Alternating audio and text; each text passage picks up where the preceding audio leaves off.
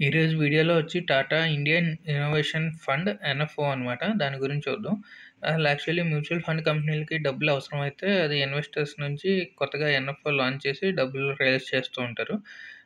అది ఈజీగా ఇన్వెస్టర్‌ని కన్వీనియన్స్ చేసి ఇందులో ఇన్వెస్ట్ చేయమని బెస్ట్ ఆప్షన్ అని చెప్పి అంటూ ఉంటదనమాట.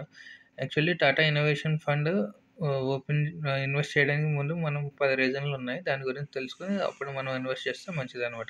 ముందుగా ఏంటంటే ఇది టాటా మ్యూచువల్ ఫండ్‌ని లాంచ్ చేశారు. ఇన్నోవేషన్ ఫండ్‌ని ఇది ఓపెన్ ఎండ్ ఈక్విటీ స్కీమ్ కింద ఇన్నోవేషన్ టీమ్‌లో వస్తుందనమాట.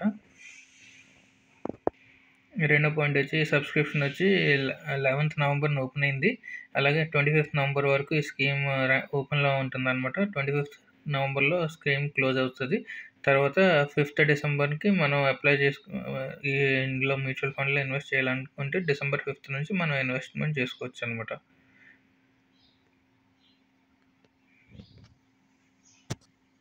ఈ స్కీమ్ యొక్క ఆబ్జెక్టివ్ ఏంటంటే ఈక్విటీ గానీ, ఈక్విటీ రిలేటెడ్ కంపెనీస్‌లో ఇన్నోవేషన్‌గా ఎవరైతే తయారు చేస్తూ ఉంటారో కొత్త కొత్త ఆలోచనలతో స్టాక్ మార్కెట్‌లో ఆ కంపెనీస్‌లో ఇందులో ఇన్వెస్ట్‌మెంట్ చేస్తూ ఉంటుందన్నమాట ఈ కంపెనీ.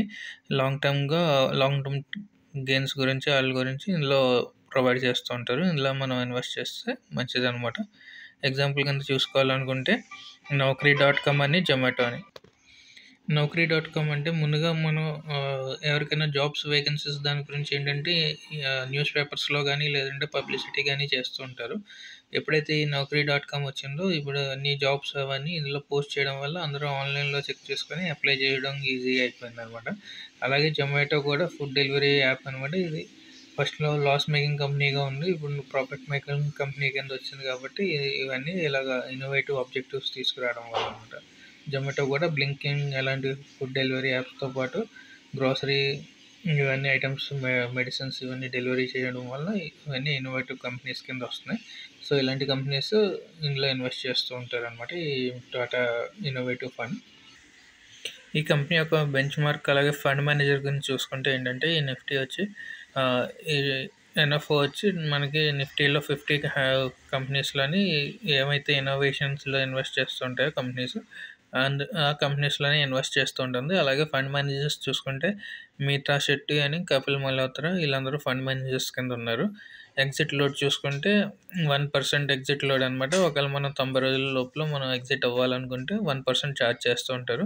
అలాగే మినిమమ్ ఇన్వెస్ట్‌మెంట్ చూసుకుంటే ఈ స్కీమ్‌లో లంప్ సమ్‌కి వచ్చి మనకి 5,000 రూపీస్ మినిమమ్ ఇన్వెస్ట్‌మెంట్ చేయాలి. తర్వాత రూ. 1000 చొప్పున ఇందులో ఇన్వెస్ట్ అవుతూ ఉంటుందన్నమాట లంప్ సమ్‌కైతే. తర్వాత ఎస్ఐపి కింద చూసుకుంటే మినిమమ్ వచ్చి 100 రూపీస్ అనమాట పర్ మంత్. ఈ కంపెనీ యొక్క ఇన్వెస్ట్‌మెంట్ అప్రోచ్ చూసుకుంటే ఇన్నోవేషన్‌లో స్టాక్ సెలెక్షన్ చేస్తూ ఉంటారు. ఇన్నోవేషన్ కంపెనీస్ అన్నిట్లికిని ఏది మంచిదో గ్రోత్ పొటెన్షియల్‌గా ఏదుందో వాల్యుయేషన్స్‌లో ఏది బాగున్నాయి అని చెప్పి చూసి అందులో ఇన్వెస్ట్‌మెంట్ చేస్తూ ఉంటారు. మార్కెట్ క్యాప్ సెక్టర్స్‌లోని లాంగ్ టర్మ్‌గా ఇన్వెస్ట్‌మెంట్ గురించి చూస్తూ ఉంటుందన్నమాట ఈ కంపెనీ.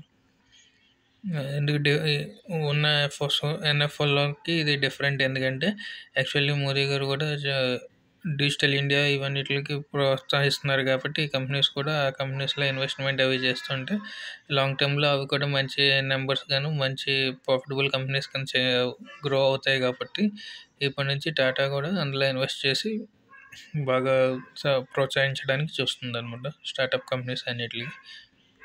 అలాగే ఇన్నోవేషన్ ఫండ్ ఎందుకంటే డిజిటల్ కామర్స్‌లో గానీ, గ్రీన్ మొబిలిటీ గానీ, EV batteries, infrastructure, space tech, health care వాటిల్లో ఇవన్నీ బాగా ఇన్నోవేటివ్ కంపెనీస్ అన్నీ ఇన్వెస్ట్ చేస్తున్నాయి కాబట్టి టాటా కూడా అందులోనే ఇన్వెస్ట్ చేసి కస్టమర్స్‌కి, ఇన్వెస్టర్స్‌కి మంచి ప్రాఫిటబుల్‌గా రిటర్న్స్ ఇవ్వాలని చెప్పి చూస్తుందన్నమాట.